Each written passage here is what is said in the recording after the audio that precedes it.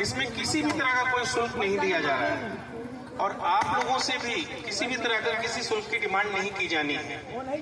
अगर ऐसा कुछ है तो आप संयोजन कार्यालय में, कौशल विकास कार्यालय में इसकी सूचना दे सकते हैं। और सभी कंपनियों के पास टेक्निकल नॉन टेक्निकल वैकेंसीज हैं।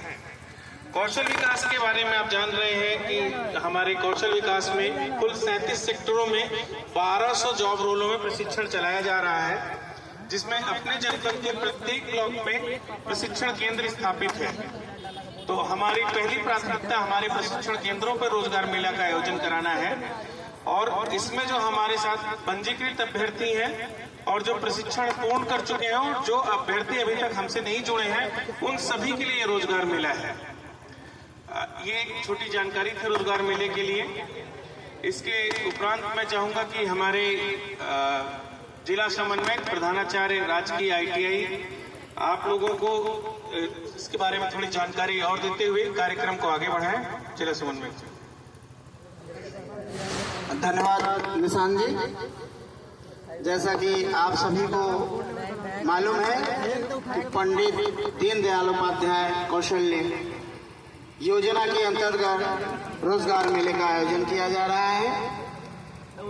उस रोजगार मेले में हमारे मुख्य अतिथि माननीय सांसद जी प्रभुलाल कोल जी और मंच पे हमारे संस्थान के कार्यदेशक अग्रहरी जी बीएन सिंह जी, जन शिक्षा संस्थान से आए हुए हमारे वर्मा जी, यादव जी और हमारे कौशल विकास मिशन की तरफ से मनीष जी, निशान जी और दूर दराज से आई हुई कंपनियों के प्रतिनिधि और प्यारे बच्चों, आप सभी का तहे दिल से हार्दिक स्वागत एवं अभिनंदन करता हूं।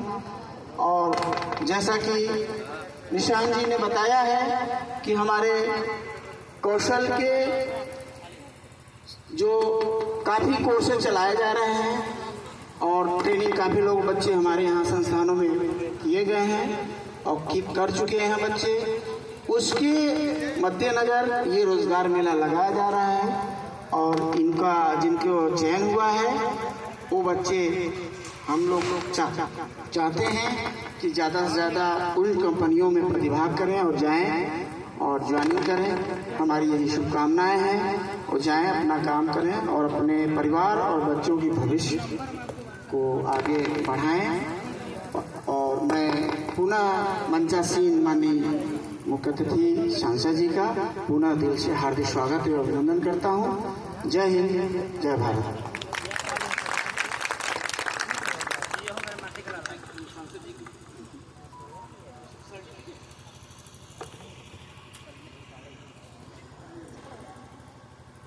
कौशल विकास मेला के आयोजक हमारे समाज कल्याण के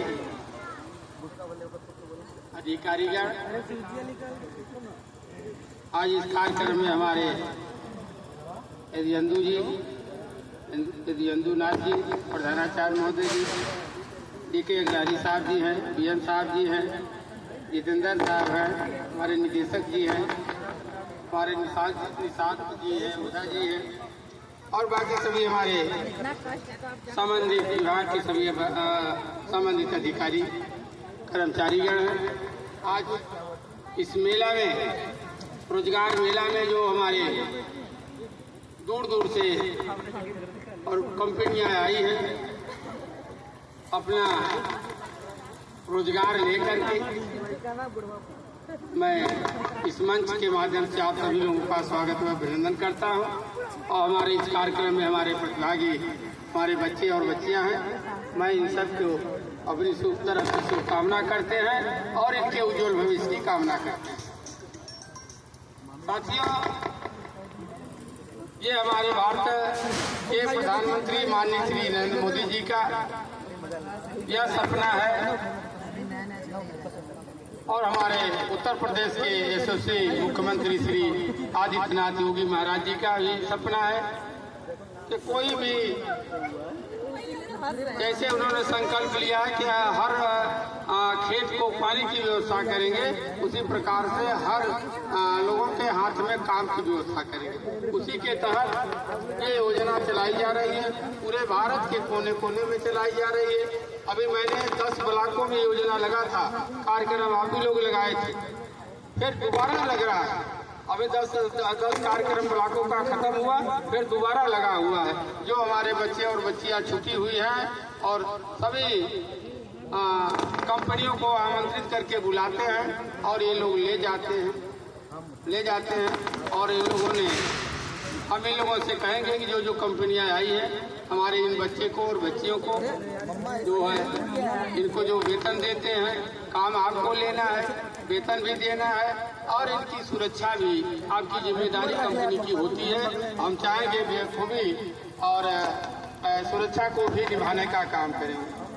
आज इन बच्चों के लिए, भविष्य के लिए आप देखिए RTI यहाँ खुला हुआ है। अभी बताएं कई विषयों का RTI होता है, कोई बिजली का है, कोई पानी का है, कोई गाड़ी का, कोई मोटर का, कोई तमाम तरह की गुण और इनको ज्ञान दिया जाता है।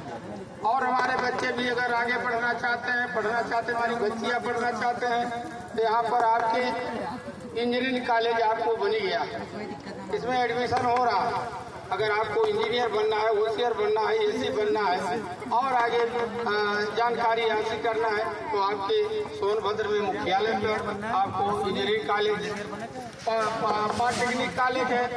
अगर आपको डॉक्टर बनना है, अच्छा डॉक्टर बनना है तो यहाँ से विद्या हासिल कर सकते हैं अपने, और होशियार इंजीनियर बनना है तो यहाँ भी हासिल कर सकते हैं। और बाकी हमारा जो कृषि विज्ञान केंद्र है, कभी कृषि विज्ञान है हमारा, ये क्षेत्र जो है हमारा आधा से ज़्यादा अभी किसानों का है मैदानी एरिया में, लेकिन उनको समय से खाद, समय से बीज या समय से उनकी फसल की सुरक्षा के लिए व्यवस्था देना। हमारा कोई वैज्ञानिक निकलना चाहता है, किसान विज्ञान केंद्र निकलना चाहता है, ज्ञानी विज्ञानी निकलना चाहता है तो आज आपको यहाँ सुझाव, सलाह और आपको भी डिग्री हासिल होगी। तो सारी व्यवस्था करना सरकार का काम है। माँ बाप का बच्चा और बच्चियाँ पैदा होती है तो बड़ा उम्मीद होता है कि हमारा बच्चा आगे चल करके हमारा भी माँ बाप का नाम रोशन करेगा, गांव का नाम रोशन करेगा, समाज का नाम रोशन करेगा और अपने देश, प्रदेश और इस देश का भी नाम रोशन करेगा। ऐसे उम्मीदें होती हैं। इसी प्रकार से हमारे बच्चियों को भी यही माँ को उम्मीद होती है कि हमारी बच्ची होगी। आज देख रहे हो ये महिलाएं भरी हुई है, कोई IAS है, कोई PCS है, कोई होशियार है, कोई इंजीनियर है, कोई डॉक्टर है, ये सब बनने का होड़ लगी हुई है। और यह मान कर चलिए जो पढ़ेंगे लिखेंगे उनको हो। आज बहुत कड़ा सवाल नहीं दिया जा रहा है, बहुत सरल सवाल आज की हमारे पुलिस की भर्ती हो रही है उत्तर प्रदेश सरकार की वजह से। बेरोजगारी बढ़ी है। अगर वहाँ 50 लाख लोगों को दिया है तो करोड़ों लोग भरे हैं। 50 लाख लड़के आज परीक्षा दे रहे हैं, आज और काल में परीक्षा देंगे।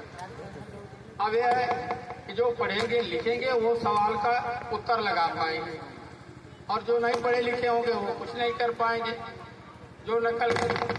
अब इतना विधि से बच्चों ने जान लेना कि इतना व्यवस्थाएं दी गई है कि पूरे जहाँ परीक्षा हो रहा है सब CC कमरे लगे हुए हैं, सारी ऐसी व्यवस्था है। और सरकार ने यह कह दिया है कि जो नकल करेगा, जो नकल कराएगा उसे 10 साल का जुर्माना और 10 साल का सजा होगा।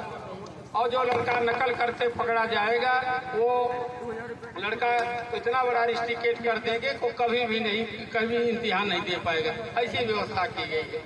तो मेरा एक कहना है कि जब पढ़ने जाओ तो मन से पढ़ो, खेलो तो मन से खेलो, सोना है तो मन से सो और पढ़ना है तो मन से सो और अरे पढ़ो। और जो बच्चा और बच्चियाँ पढ़ेगा निश्चित तौर पर उसको कोई दुनिया की ताकत आगे बढ़ने से और होशियार इंजीनियर, डॉक्टर, IAS, PCS बनने से कोई रोक नहीं पाएगा। हमारी ये शुभकामना है कि बच्चे जहाँ जा रहे हैं अच्छा सहूर लेकर आवे, अच्छा गुण लेकर आवे और अच्छा, ताकि हमारी जो संस्कृति है, जो हमारी सभ्यताएं हैं, जो हमारे समाज की मान्यताएं हैं, जो हमारी परंपराएं हैं, उसे आप माता पिता भाई बंधु और चाचा चाची भैया भाभी ये सब चीज का जो हमारा रिश्ता संबंध है, जो अपनापन है, उसे आप लोग करते रहेंगे और आगे बढ़ करके कि हम कितना ऐसा सहूर सीख के चले कि हमारी जिनके आपके कार्य से जिनके माँ खुश हो गई, जिनके पिता खुश हो गए, निश्चित तौर पर वह पूजनीय हो ही जाएगा, उसको कोई रोक नहीं पाएगा।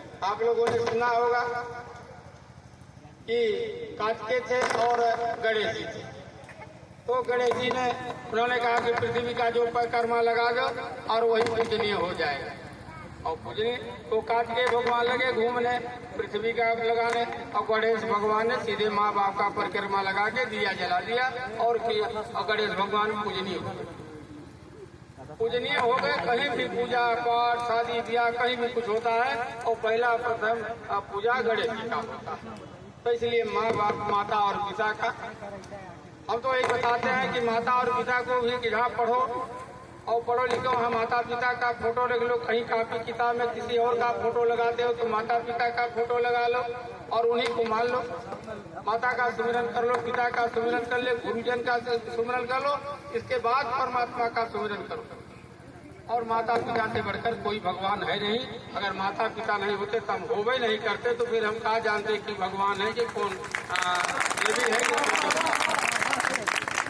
तो बच्चों इतना जरूर है, हम चाहेंगे कि आप लोग जाएं जहाँ रहें और अच्छे ढंग से आप लोग का स्वस्थ रहें, मस्त रहें और जहाँ रहें आपस का जो हम लोगों का जो आपसी प्रेम मोहब्बत है, भाईचारा है, हम उसे कायम करते रहें, एक दूसरे का सहयोग करने के मन में बना के रखें। और जहाँ जाए जिस कंपनी में ईमानदारी से काम करें, ताकि वहाँ का जो मालिक होंगे, जो वहाँ का मैनेजर होंगे, और उनको भी अच्छा लगे कि नहीं जो बच्चे हम इस कंपनी में आए हैं हमारे कंपनी के विकास के लिए अच्छा काम कर रहे हैं। जब आप अच्छा काम करते जाएंगे तो आपका वेतन भी बढ़ता जाएगा और फिर अच्छा सिखाते भी हैं। और एक दूसरे का दीप से दीप जलता है जैसे, उसी प्रकार से दूसरे का भी अनुसरण करते रहेंगे। और जो जौन जैसे कि किसान जो बोएगा वही काटेगा, जो जौन बोएगा वही काटेगा। इसी प्रकार से जो जौन बोएगा, अगर आप अच्छा बोगे, जिंदगी का बाजार चल रहा है, बाजार में चले जाओ तो अच्छा से अच्छा ताजी से ताजी सब्जी बिक रही है, बासी से बासी सब्जी बिक रही है, अच्छा से अच्छा कपड़ा बिक रहा है, सस्ता से सस्ता कपड़ा बिक रहा है, महंगा भी बिक रहा है, सस्ता बिक रहा है। जो जौन खरीदेगा वही पाएगा और जो जौन बोएगा वही काटेगा। इसीलिए आप लोगों के जीवन अभी युवा हो, आप लोगों पर देश निर्भर है। आने वाली पीढ़ी के लिए हम लोगों का जो फर्ज है, आपके सांसद है, मैं विधायक भी रहा, मैं दूसरी बार सांसद हुआ, फिर सांसद रहा, मेरा सांसद है। आज मैंने माननीय प्रधानमंत्री जी से कहकर, मुख्यमंत्री जी से कहकर के सारे यहाँ विद्यालय बनवाना और इंजीनियरिंग कॉलेज बनवाना, सारी व्यवस्था। अभी हमने रेल के, भारत सरकार का जो सांसद होता है भारत सरकार में रहता है और रेल जो है कंपनियां भारत सरकार की। अभी हमने लाइन यहाँ से एकहरी लाइन थी, लेकिन हम देख रहे हैं कि चौपन से लेके शक्ति नगर तक दोहरीकरण और फिर काकाल के यहाँ से चौपन से लेके रापटगंज होते हुए चुनार तक दोहरीकरण का 4500 करोड़ रुपया आ गया है, काम जारी भी हो गया। ये दोहरीकरण हो जाएगा और यहाँ ठहराव नहीं है, रुक रही है हमारे रापटगंज में, तो इसका विस्तारीकरण करा रहे हैं, चौड़ीकरण करा रहे हैं ताकि यहाँ एक्सप्रेस रुकने लगी।